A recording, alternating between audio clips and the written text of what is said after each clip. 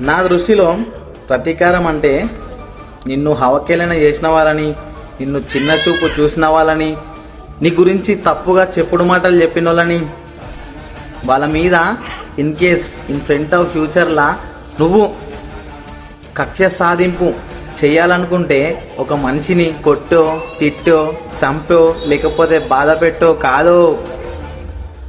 నీ గెలుపు నీ సక్సెస్ని ముంగట పెట్టు.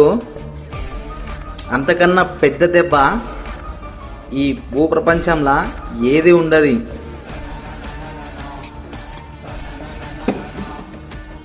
నిజమా కాదా? జస్ట్ నీ సక్సెస్ చూస్తే చాలు, చచ్చిపోయినట్టే. వాళ్ళు వస్తాయి, పట్టలో కూడా మంచి రోజులు వస్తాయి.